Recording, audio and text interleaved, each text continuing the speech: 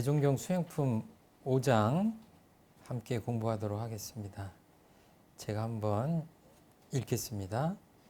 대종사 말씀하시기를 사람이 무슨 일이나 그 하는 일에 정성이 있고 없는 것은 그 일이 자기에게 어떠한 관계가 있는가를 알고 모름에 있나니 가령 의식을 구하는 사람이 의식을 구하는 데에 정성이 있는 것은 그 의식이 자기의 생활 유지에 직접 관계 있는 것을 아는 용고요.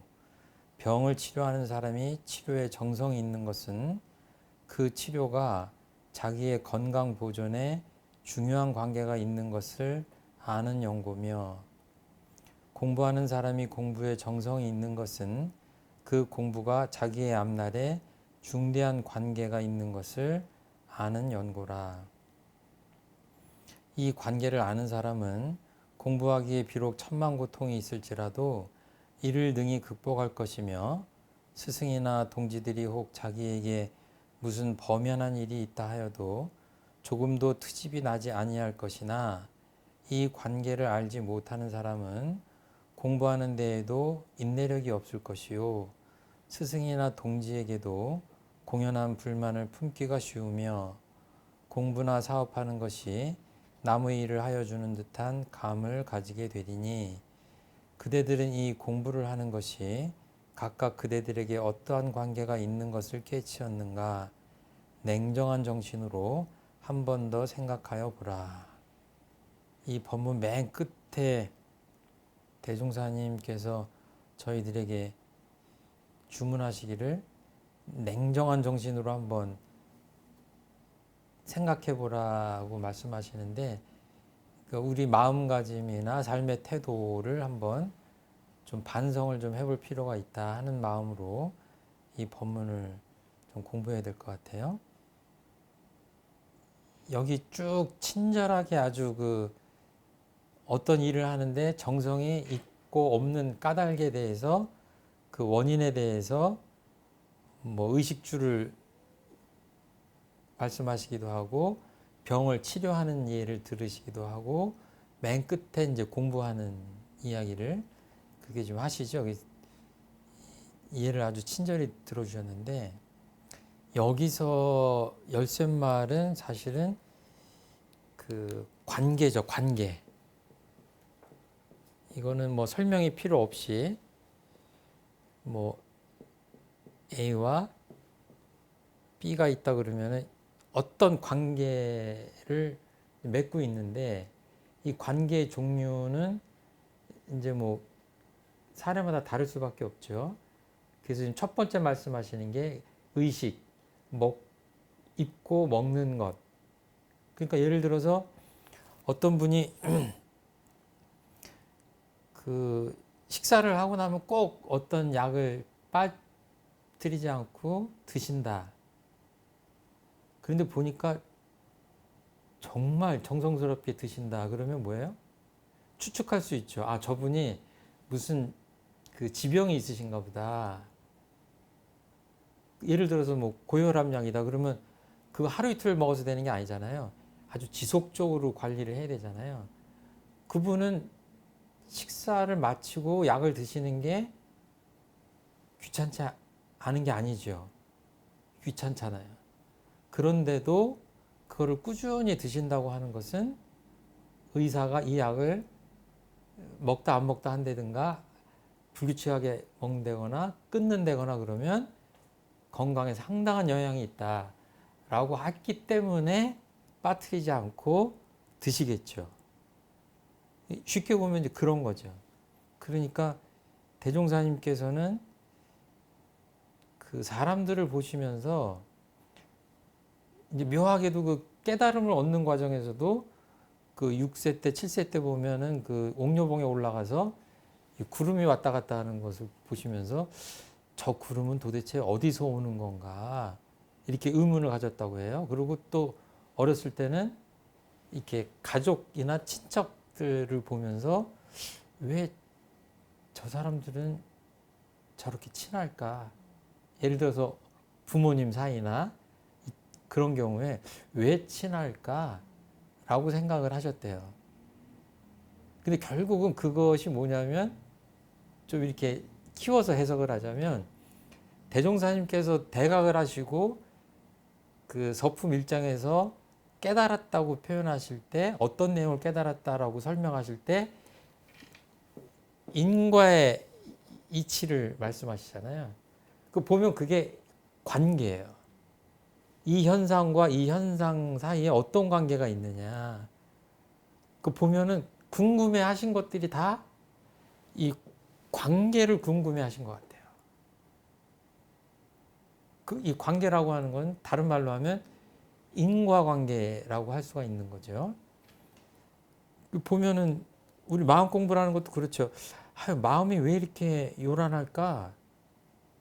그 원인을 알아야 그 요란함을 그 대처할 수가 있는 거죠. 이렇게 보면 다 어떤 관계가 있는 건데 이 법문에서 중간에 공부하는 사람이 공부에 정성이 있는 것은 그 공부가 자기의 앞날에 중대한 관계가 있는 것을 아는 연고라라고 말씀하셨는데 이거를 보면 대종사님께서 제가 추측하건대는 많은 공부인들을 이렇게 만나고 대하셨는데 또 가르치셨겠죠. 근데 어떤 사람은 열심히 하는 사람이 있었고 어떤 사람은 그냥 건성건성 하는 사람이 있지 않았을까 싶어요. 그래서 이 법문을 하시지 않았을까. 근데 저도 이렇게 좀 지나간 날을 이렇게 돌이켜보면, 제가 지금도 기억이 날 만큼 제가 반성을 하는 분이 있어요. 뭐냐면, 정말 공을 많이 들였는데, 이제 제가 저하고의 인연이 끝난 상태에서 교무님들이 이동을 하잖아요. 저하고 이렇게 뭐랄까요, 제가 인사이동으로 다른 데로 간 다음에 그 원불교하고 인연이 끊어진 분이 계세요. 그분을 보면 지금도 제가 마음이 이렇게 좀 좋지가 않아요. 저는 정말 그분한테 대해서 그 많은 정성을 쏟았거든요. 그런데 이게 진정한 신앙으로 잘 이어지질 않은 것 같아요. 그런가 하면 어떤 분은 그냥 입교를 하자마자 얼마 안 돼서부터 그냥 바로 신심이 불이 붙어가지고 아주 단단하게 그 신앙생활을 지속하는 분이 계세요. 그러니까 두 분을 비교해 보면 그 어떤 원인인지 모르죠. 이제 저한테 잘못이 있을 수도 있고, 근데 그 들어간 정성, 공의 그 양을 따져보면 앞에 분이 훨씬 많아요. 그런데 보람은 뒷분이 훨씬 많아요. 이런 것들을 보면서 이 법문 말씀도 좀 생각이 나요. 그분들이 정말 그 공부인들이 이 공부가 내 삶에 어떤 관계가 있는지를 좀 일찍 깨닫는다면 공부에 정성을 더 할 수 있지 않을까 이렇게 생각이 됩니다. 그 대중선생님께서 이 말씀도 하시잖아요. 자기의 앞날에 중대한 관계가 있는 것을 아는 연고라. 그러니까 이 공부를 하는 것이 내 삶의 방향, 조금 크게 이해하자면 내 운명에 어떤 영향을 미치는지를 안다면 참 정성을 안 들일 수가 없는데, 그렇지 않은 분들을 보고 대종사님께서 좀 안타깝고 좀 예민한 생각을 가지지 않으셨을까 이렇게 생각이 됩니다. 여기 지금 인과의 이치라고 그랬는데 이 관계라고 하는 것을 결정적으로 이 교리에서 찾자면 혹시 생각나는 게 있으신가요? 관계라는 키워드가 아주 우리 교리의 그 핵심에 들어와 있거든요. 뭐냐면 천지은에 보면 없어서는 살지 못할 관계 이렇게 표현해요. 없어서는 살지 못할 관계가 있다면 이게 얼마나 큰 은혜냐. 그러니까 이제 사언 중에 이런 식의 표현이 2번 들어가고 내용은 거의 똑같은 내용이 반복돼요. 그러니까 은혜라고 하는 건 뭐예요? 이 우주 만유가 셀 수 없이 많이 있는데 이 우주 만유 사이사이에 이 관계가 어떤 관계냐? 없어서는 살 수 없는 관계라고 깨닫는 것이 우리 원불교 교리의 핵심인 거예요. 그거를 교리적으로는 은혜다. 그러니까 어머니가 나한테 밥을 해주고 옷을 사주고 이렇게 보살펴주고 하는, 쉽게 생각하면 그것이 부모님 은혜인데, 그러니까 어린아이한테 부모님이 없다면 태어날 수도 없고 자랄 수도 없는 거죠. 가장 쉽게 보면 이제 은혜를 느끼려면 이제 그렇게 하는 건데, 그런 것만이 아니라 천지 부모 동포 법률 우주 만유 천지 만물 허공법계가 다 서로가 서로에게 없어서는 살 수 없는 관계다라고 생각하는 것이 우리 신앙의 핵심인 거예요. 은혜. 그러니까 이 교리에 비춰서 이 본문을 보시면 당연한 말씀을 지금 하시는 거죠. 그러니까 아까도 뭐 음식 얘기도 하고 치료 얘기도 하고 이제 그랬는데, 저희들이 공원 같은 데 다니다 보면 어때요? 정말 한 걸음 한 걸음 옮기기가 어려운데 지팡이나 워커 같은 거 보조기구를 활용해서, 대개 이제 중풍 걸리셨다고 하는데 편마비가 오시고 이런 분들인데, 그런 분들이 걷는 거를 옆에서 보면 보고 있는 나도 괴로울 정도로 굉장히 힘겹잖아요. 근데 그분이 왜 그렇게 하시는 거죠? 의사가 주문을 한 거죠. 힘드신 거 알지만 정말 하루에 제가 이제 시간은 모르겠는데 어떤 식으로 30분 이상 1시간 이렇게 걸으셔야 되고 하루에 몇 번을 그렇게 하셔야 됩니다.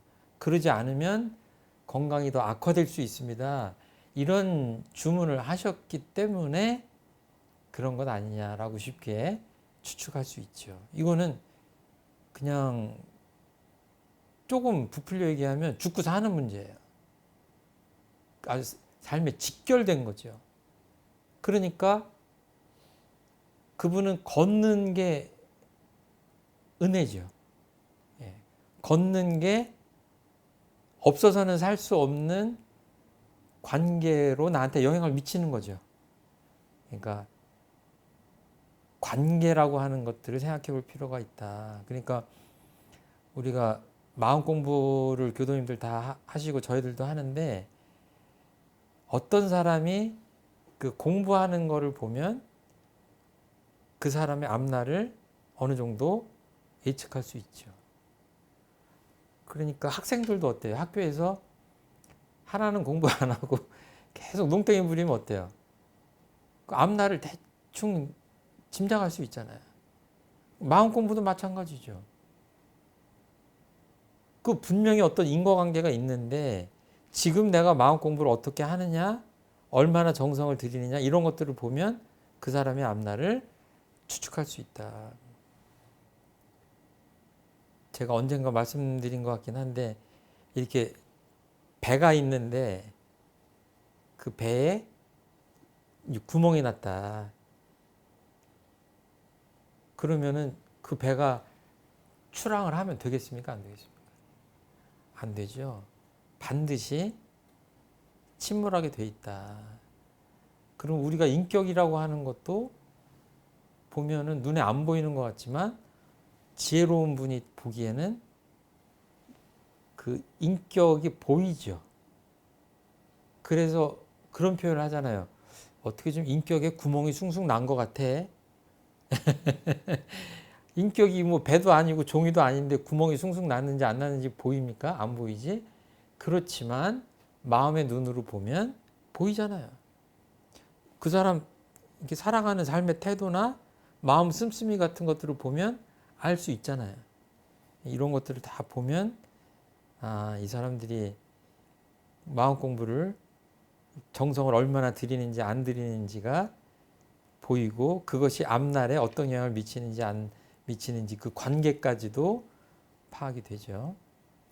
이 관계를 아는 사람은 공부하기에 비록 천만 고통이 있을지라도 이를 능히 극복할 것이며 아까 편마비가 오셨다든지 그래가지고 어렵고 고통스럽지만 운동을 하시는 그 환자분과 마찬가지로 공부도 마찬가지다. 지금 이 말씀 하시는 거예요. 공부하기에 비록 천만 고통이 있을지라도 라고 말씀하시는 건 뭐예요? 그런 고통을 좀 각오를 해야 된다는 말씀으로도 새길 수 있는 겁니다. 그냥 마냥 쉬운 길만은 아니다. 마음 공부라는 것이.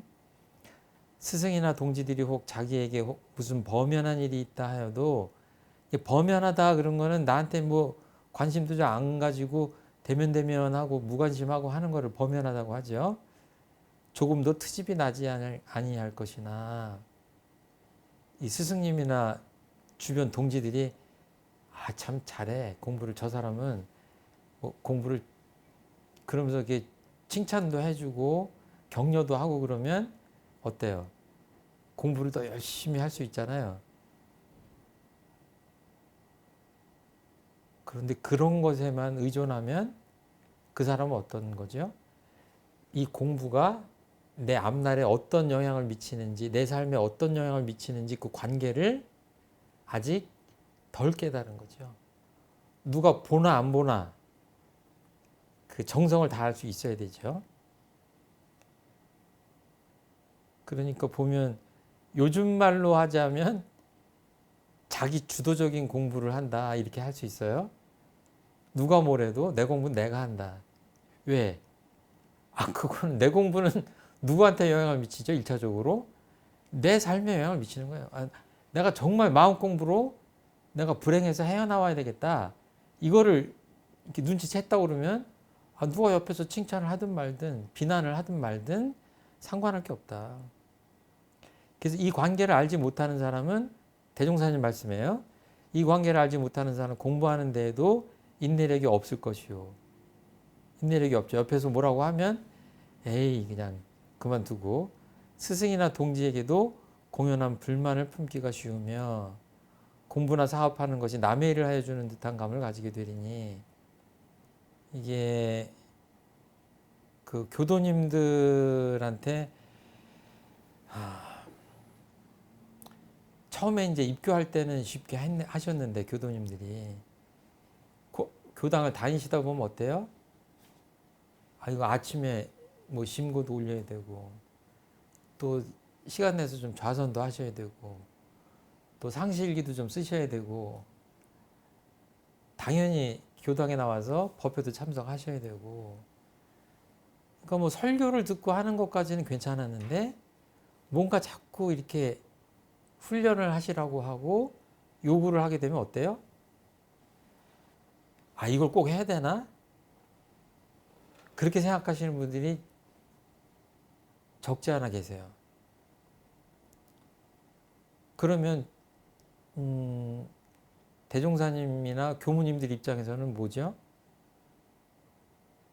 좌선을 하면 그 좌선의 공덕을 누가 가져가요? 하는 사람이 가져가는 거거든요. 그리고 일상수행을 했다면 상시일기를 써서 점검을 해야 촉진이 되는데 그래서 권하는 건데 다른 종교에서는 이런 거 쓰라고 하지 않던데 왜 원불교에서만 이렇게 사람을 귀찮게 하냐 이러는 분들이 계세요 정말로. 그러면 저 같은 경우에도 마음이 약해져요. 교도님들이 그걸 귀찮아 하시고 그냥 눈을 보고 있으면 저분이 하긴 한다고 하는데 꼭 나를 위해서 하는 것 같아. 교도님을 위해서 하는 게 아니라, 아니 그거는 그냥 교도님 삶을 위해서 하는 거예요. 내가 하는 좌선은, 최정품 교무가 하는 좌선은 나를 위한 거고, 그 교도님이 하는 공부는 교도님 거라고. 그런데 얘기를 하다 보면 정말, 아 이거 나 때문에 이거를 하나. 그러니까 바꿔서 얘기하면 남의 일을 해주는 듯한 감을 가지는 거예요. 그러니까 뭐 감사 생활을 하고 세상에 보온을 하고 이렇게 해서 그 복을 짓는 거니까. 그러니까 이제 교당에서 지역사회 봉사활동도 하고 뭐 이런 활동들을 권하잖아요. 그랬을 때 교도님들이 이 좀 깨달음을 얻지 못하신 경우에는 어떠냐면, 그때 꼭 어떤 요 대목이 나와요. 남의 일을 해주는 것 같아. 그러니까 억지로 체면 따라 하시는 거예요. 그러니까 이게 대종사님도 이제 제자들을 지도하고 교도님들을 지도하시면서 그런 체험들을 하시지 않았을까 추측을 해봅니다. 아이들이랑 등산하면요, 등산 어렵습니다. 한 5분 가다가 아빠 집에 언제 가? 그런 경험 안 해보셨어요? 애기들 데리고 다니면, 그리고 또 한 3분 있다가 아빠 집에 안 가? 아, 그래서 야, 아까 그래도 우리가 1시간은 가야지 저기 산에 올라가서 경치도 보고 맛있는 점심도 먹는다고 했잖아. 그렇게 얘기했건만 아이는 어때요? 아까는 그냥 대답한 거고, 막상 더운 날 올라가려니까 힘들고 땀나고 그러니까 어때요? 아빠한테 계속 집에 가자고 보채는 거죠. 그러니까 우리 공부를 비유하자면 어때요? 이 성불재중하겠다라고 하는 원대한 서원이 있어야 그 밑에 여러 가지 공부들이 필요하구나. 저 산 정상에 가려면 1시간, 2시간은 땀을 흘려야 되겠구나라고 생각하고 기쁘게 땀을 흘릴 수가 있는데, 이것이 없으면, 그러니까 내가 지금 하는 것과 이 서원을 이루는 것의 이 관계를 확실히 깨닫지 못하면 어때요? 이 공부를 하는 순간순간이 어때요? 보람찬 게 아니라 괴롭고 귀찮은 거예요. 그래서 뭐 유무념하자, 상실기자, 좌선하자 이런 얘기하면은 이제 귀찮게 생각할 수가 있다. 원불교에서 복은 어떤 사람이 받죠? 인과이체에서 복을 지은 사람이 복을 받는 거죠. 복이라고 하는 것은 내가 정신, 육신, 물질로 누군가를 위해서, 세상을 위해서 뭔가 베푸는 데서 시작하잖아요. 쉽지 않죠. 보람이 있는 일이긴 하지만 당장은 쉽지 않습니다. 근데 그렇게 권유를 하면 싫어하는 생각이 나거나 남의 일을 해주는 생각이 나거나 그럴 수 있다. 그래서 이게 신앙이나 수행이 내 앞날에 중대한 관계가 있느냐 없느냐를 좀 냉정한 생각으로 냉정한 정신으로 한번 생각해봐라 하시는 말씀으로 이 법문이 끝납니다. 그 나의 마음 공부에 제가 몇 가지 질문 해놨거든요. 이제 공부나 교단 일을 하면서 마치 남의 일을 하여 주는 듯한 감을 가지게 되는 이 본문에 있는 내용이죠. 그런 경험이 있으신가요? 없으신가요? 학생들 가르치다 보면은 학생들 직업상 학생들 지도하시니까. 그럼 꼭 부모님들을 위해서 자기가 공부하는 것처럼 하는 학생들이 많이 있죠. 근데 그게 뭐 고등학교 때는 그래도 괜찮고 뭐 대학교 들어가서도 이해는 되는데, 대학원에 와서도 그런 마인드를 가진 학생들이 가끔 가다가 한 명씩 있어요. 되게 곤란한 곤란. 경우가 많습니다. 예. 제가 아들이 하나 있는데 그 꼬맹이 때 그러더라고요. 아빠는 이빨 안 닦냐고. 아이 입장에서는 진짜 부모를 위해서 이를 닦는 것 같아요. 자기 일을 위해서 닦는 게 아니라 엄마가 닦으라고 아빠가 닦으라고 하니까. 그러니까 귀찮은 걸 왜 나한테만 시키냐. 엄마 아빠는 일을 안 닦냐 하는 얘기를 하더라고요. 이게 진짜 그 이렇게 공부를 할 때는 모르는데 생활하다 보면 이제 공부는 좀 이해가 되는데 아 나하고 관계가 있구나. 그런데 교단에서 교무님들도 굉장히 버거운 사명을 줄 때가 있거든요. 임무를 해내기가 너무너무 힘든 거예요. 그럴 때 이 마음이 흔들리죠. 아 내가 이걸 꼭 해야 되나? 예. 이제 돌이켜보면 부처님이나 성자분들은 어때요? 예수님이 십자가에 못 박혀 돌아가시면서도 원망을 안 하시잖아요. 그냥 하나님 뜻대로. 예. 어떻게 보면 자기 잘못이 없으신데도 이 성현님들이나 부처님들은 평생 고생하고 희생하고 그렇게 살잖아요. 그분들에게 있어서 나의 일이라는 거는 국한이 없는 거죠. 온 세상 사람들을 다 내 가족이라고 생각하고 나라고 생각하기 때문에 이제 그게 있기 때문에 원망하고 남의 일이라고 생각하고 나하고 관계가 없다고 생각하는 그 경계선이 분명히 있기 때문에 그런 건데 어때요? 성자 부처님들은 뭐예요? 그 경계선이 녹아버리는 거죠. 그냥 동체 대비로 다 그냥 사생잡 사람만이 아니라 온갖 생명이 있는 모든 것까지를 다 감싸 안으시는 분들이 부처님이시잖아요.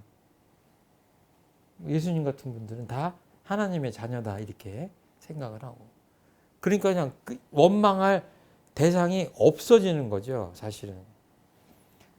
그리고 내가 지금 공부하는 것이 주변과 세상에 어떤 영향을 미치는 것까지 확실히 알기 때문에 이 불보살들은 공부를 쉬지 않죠.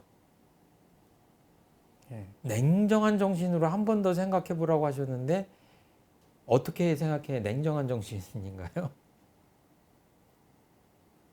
어떻게 생각해 냉정한 건가요?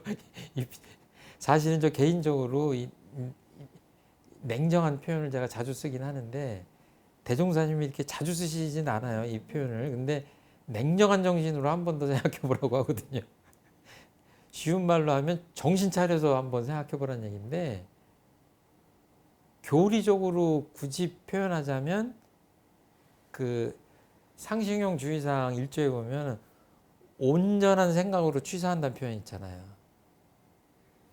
제가 그 온생취 그 프로그램을 해서 그런지 모르지만 제가 보기에는 온전한 생각으로 생각해 보라는 말씀이지 않는가 이렇게 생각이 돼요.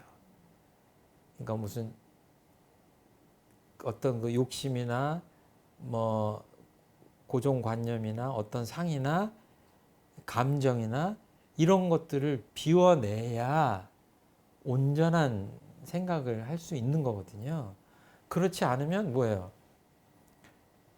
생각을 아무리 해봤자 성찰이나 반성이 되질 않죠.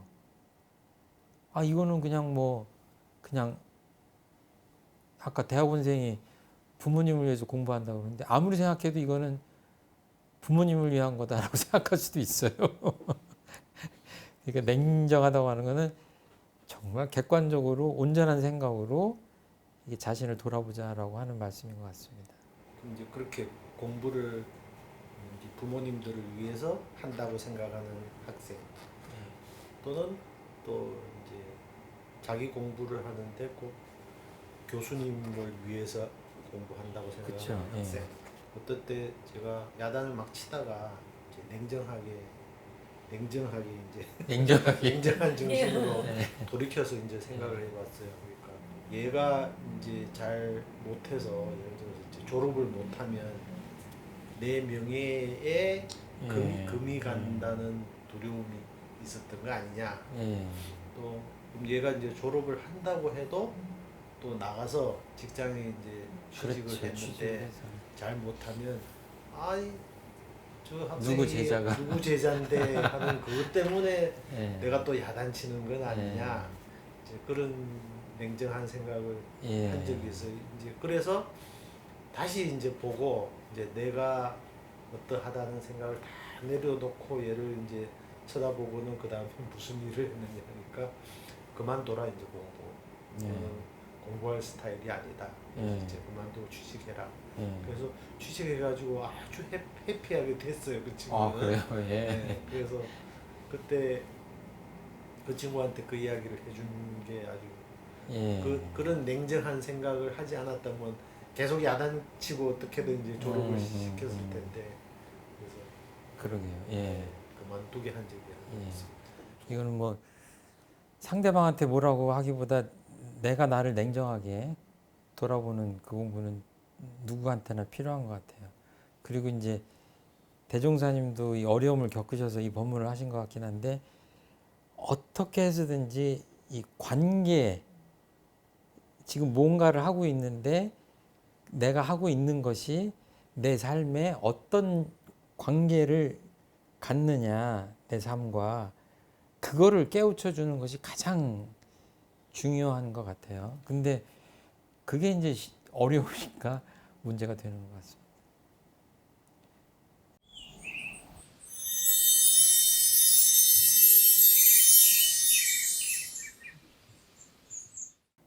수행품 6장 읽겠습니다. 6. 대종사 말씀하시기를 사자나 범을 잡으러 나선 포수는 꿩이나 토끼를 보아도 함부로 총을 쏘지 아니하나니 이는 작은 짐승을 잡으려다가 큰 짐승을 놓칠까 저함이라. 큰 공부에 발심한 사람도 또한 이와 같아서 큰 발심을 이루는 데에 방해가 될까 하여 작은 욕심은 내지 않나니라. 그러므로 성부를 목적하는 공부에는 세간의 모든 탐착과 애욕을 능히 불고하여야 그 목적을 이룰 것이니 만일 소소한 욕심을 끊지 못하여 큰 서원과 목적에 어긋난다면 꿩이나 토끼를 잡다가 사자나 범을 놓친 셈이라 그 어찌 애석하지 아니하리요. 그러므로 나는 큰 발심이 있는 사람은 작은 욕심을 내지 말라 하노라. 이 법문의 그냥 내용을 이렇게 보면 쉬운 말씀으로 예를 들어 주셔서 그 이해하기가 어렵지 않은 그런 법문입니다. 그런데 그 내용이 의미하는 바를 보면 음미할 부분이 상당히 많은 그런 법문 아닌가 이렇게 생각을 합니다. 대종사님께서 맨 처음에 하신 말씀이 이제 사자나 범을 잡으러 나선 포수 이야기를 하십니다. 사자나 요즘은 이제 범이란 말을 잘 안 쓰죠. 호랑이라고 하는데 포수가 지금 잡으려고 하는 동물이 사자하고 범이에요. 호랑이. 근데 그 밑에 보면은 꿩이나 토끼도 있습니다. 사자나 범을 잡으러 나선 포수는 꿩이나 토끼를 보아도 함부로 총을 쏘지 아니한다. 이거 맞는 말씀이죠? 그러니까 수풀을 헤치면서 호랑이를 잡으러 가는 포수다 그러면은 포수인데 앞에 어때요? 가는 길에 꿩도 날아다니고 토끼도 왔다 갔다 하는 거예요. 그러니까 이 법문을 보면 그럴듯하고 나도 그렇겠지 하지만 실제로 닥치면 어때요? 내 앞에서 다른 뭐 사슴이나 노루나 토끼나 꿩이 왔다 갔다 하는데 총을 쏘지 않을 만큼 자제력이 있어야 돼요. 왜? 꿩이나 토끼 잡는다고 총을 쏘는 순간 어떻게 되겠어요? 당연히 그 산에 있던 호랑이는 하루에 막 마음 먹고 하면 100km, 200km도 가는 동물이잖아요. 총을 격발하는 순간 호랑이는 잡을 수 없습니다. 그러니까 큰 발심을 한 사람도 또한 이와 같다고 하는 것은, 큰 발심이라고 하는 것은 여기서는 부처를 이루겠다라고 하는 성불의 서원이에요. 그러니까 부처님들께 있어서, 공부인에게 있어서 가장 큰 삶의 목적지는 부처가 되겠다는 꿈이에요. 그러니까 원불교의 교도가 되는 순간 대산종사님께서 뭐라고 하셨냐면 불지 출발이다 이렇게 표현하셨거든요. 부처님의 경지로 출발하는 것을 그 입교한 그 보통급의 교도들한테 그 공부 표준으로 주신 거예요. 그러니까 내가 앞으로 입교를 해서 무엇을 하든지 간에 내 삶의 목적지는 어디여야 돼요? 불지여야 돼요. 결국은 부처님이 되기 위한 여정을 시작하는 거예요. 그 비유를 사자나 범을 잡는 포수에 비유한 겁니다. 그러면서 큰 발심을 이루는 데 방해가 될까요? 작은 욕심은 내지 않는다. 이렇게 말씀을 하십니다. 아이들이 공을 차고 노는데 그냥 아이들은 다 축구공, 특히 남자아이들은 그냥 축구공 하나 주면은 지칠 때까지 차거든요. 그런데 그냥 축구공을 차는 아이하고 마치 손흥민 어린이 손흥민처럼 내가 정말 국가대표가 되고 세계적인 선수가 되겠다고 꿈을 갖고 차는 어린이는 그 공을 차는 태도가, 마음가짐이 같을까요, 다를까요? 다를 수밖에 없죠. 지금 당장 그 어린이가 공을 잘 차고 못 차고에 상관없이 뭔가 다르다. 그러니까 이 교도님들, 공부인들이 공부를 시작하고 교당을 내왕하고 하면서 신앙 수행을 하지만 자칫 잘못하면 이 성불을 하겠다라고 하는, 잘못 생각하면 이거는 어떤 부처님들이나 가는 거지 우리들은 나하고는 상관이 별로 없다. 그냥 나는 어떻게 좀 현실일에서 좀 어려움을 좀 극복하고 좀 더 행복해지고 가족이 좀 불화하지 않고 사이좋게 지내고 이 정도 현실적인 어떤 그런 것들만 목적으로 삼는다면 이게 가는 길은 같은 것 같아도 목적지가 다르기 때문에 그 도달하는 곳이 다르고 삶의 태도가 다를 수밖에 없는 거죠. 그러니까 이거는 다른 말로 하면, 교리적으로 표현하면 대소예요. 꿩이나 토끼를 잡는 거는 작은 거고 사자나 범을 잡는 것은 대예요. 그러니까 대소유무 그러잖아요. 무엇이 가장 큰 목적인지, 주된 목적인지를 확실히 해라. 그래서 꿩 잡고 토끼 잡다가 사자 범을 놓치는 거를 뭐라고 그래요? 소탐대실한다고 하죠.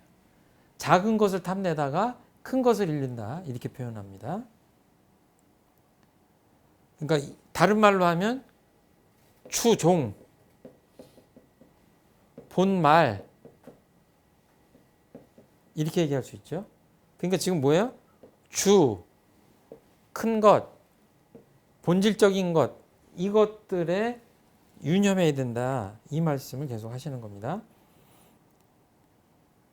동네 뒷산을 오르는 사람과 히말라야를 가는 사람은 평소에 같이 뒷산을 가더라도 차이가 날 수밖에 없습니다.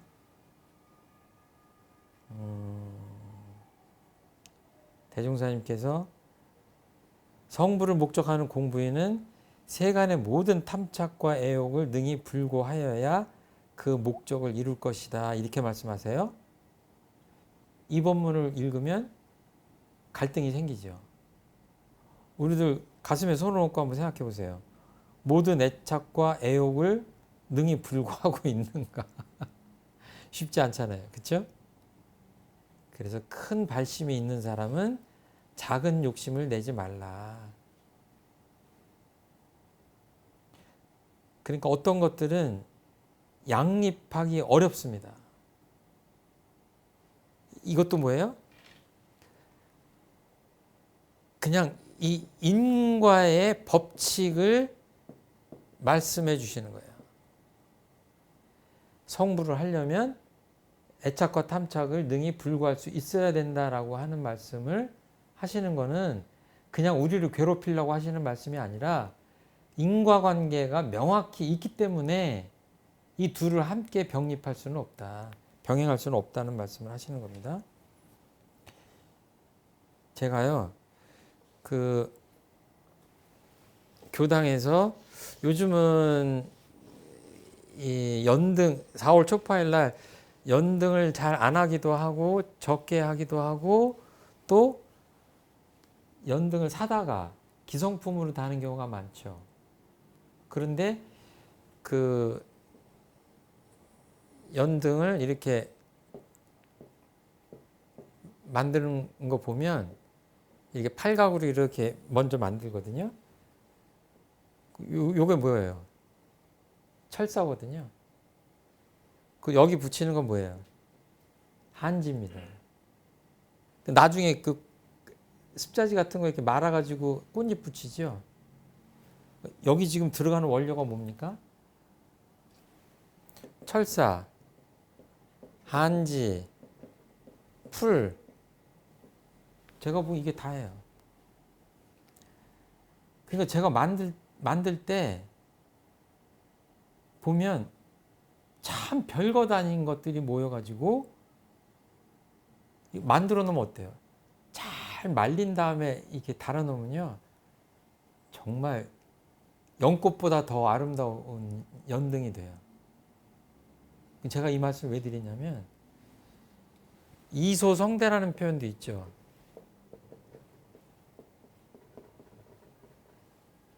작은 것으로서 큰 것을 이루는 것이 천리의 원칙이다 이런 표현을 하시거든요. 참고서만 말씀드리는데 우리들이 부처를 이룬다고 하는 것은 뭐냐면 무슨 어마어마하게 다른 특별한 것을 해서 하는 게 아니라 우리들이 한 마음 한 마음을 잘 쓰고 행동 하나하나를 잘 하는 거거든요. 제가 보기에는 이 사소한 철사나 한지나 풀하고 마찬가지예요. 우리들 일상생활을 보면 별것 아닌 일거수일투족이에요. 그런데 이런 것들을 모아서 성불을 하는 것인데 여기서 보면 제 마음 안에 연등을 보면 제 마음 안에 연등이라고 하는 그 이미지가 있기 때문에 이 철사나 한지나 풀을 모아서 연등을 만든 거예요. 비유하자면 이게 서원과 같아요. 그러니까 연등을 만드는 사람 입장에서 보면 철사 쪼가리 하나하나나 한지 쪼가리 하나가 뭐예요? 별것도 아닌 거예요? 그게 아니죠. 다 소중한 거예요. 그것 하나를 다 모아서 잘 결합시키면 아름다운 연등이 되는 거예요. 그러니까 성불재중이라는 원이 있으면은 일거수일투족을 해나가면서 이것들이 다 내 인격을 부처로 만드는데 필요하구나 라고 생각하게 되고, 또 달리 보면 술 마시고 허송세월하고 이런 욕심을 끓이고 이런 것들은 뭐예요? 작은 욕심들은 뭐예요? 내 서원을 방해할 뿐이구나라고 하는 이제 자각이 들겠죠. 그렇게 되면 내 삶이 정리가 되죠. 예, 그래서 마치 연등을 만드는 것과 비유해도 괜찮지 않은가 이런 생각을 해봤습니다. 지금 말씀드리고 있는 것들이 다 우리들 그 수행에 대한 말씀이거든요.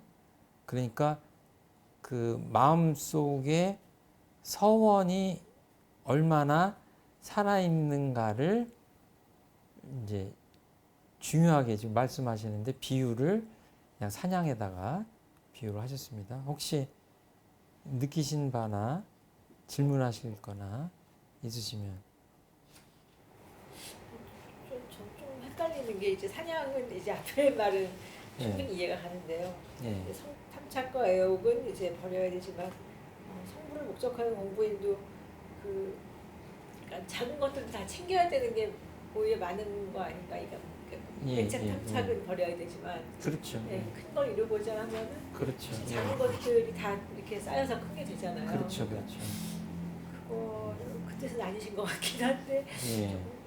또 그렇게 생각할 수도 있을 것 같아가지고. 예. 그래서 제가 뭐 그 뒤에 연등 말씀 네. 드린 것도 그런 거죠. 그러니까 성불재중이 그 뭐 모든 걸 다 버린 어떤 다른 특별한 데 있는 건 아니고, 우리 일상생활 속에서 내 마음 하나하나를 잘 쓰고 내 행동 하나하나를 잘 하는데 있는 거죠. 근데 잘한다고 하는 것들 중에는 뭐가 포함되냐면, 좀 쉽게 표현하자면 술 마시고 뭐 낭비를 한다든지, 뭐 정신을 딴 데 쓴다든지, 화랑방탕한다든지, 뭐 탐욕에 빠진다든지, 죄를 짓는, 이거는 행동을 잘못하는 거죠. 그러니까 내 일거수일투족을 잘한다고 하는 것에 벌써 이 포함된 거거든요. 그것들을 버리든지 이렇게 방향을 잘 튼다든지, 이제 이런 것들로 해석하시면은 뭐 문제가 없지 않을까 그렇게 생각이 돼요. 그러니까 뭐 건강을 할 때 뭐 약간의 다이어트를 위해서 음식을 절제해야 된다. 근데 딱 적정한 수준에서 딱 그만 먹고 절제하기가 굉장히 어려운 거죠.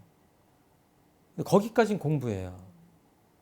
근데 아이고 한 입만 더 하다가 한 서너 개를 더 먹었다 그러면 그냥 같이 먹는 행위는 다름이 없으되 거기서부터는 탐욕인 거죠.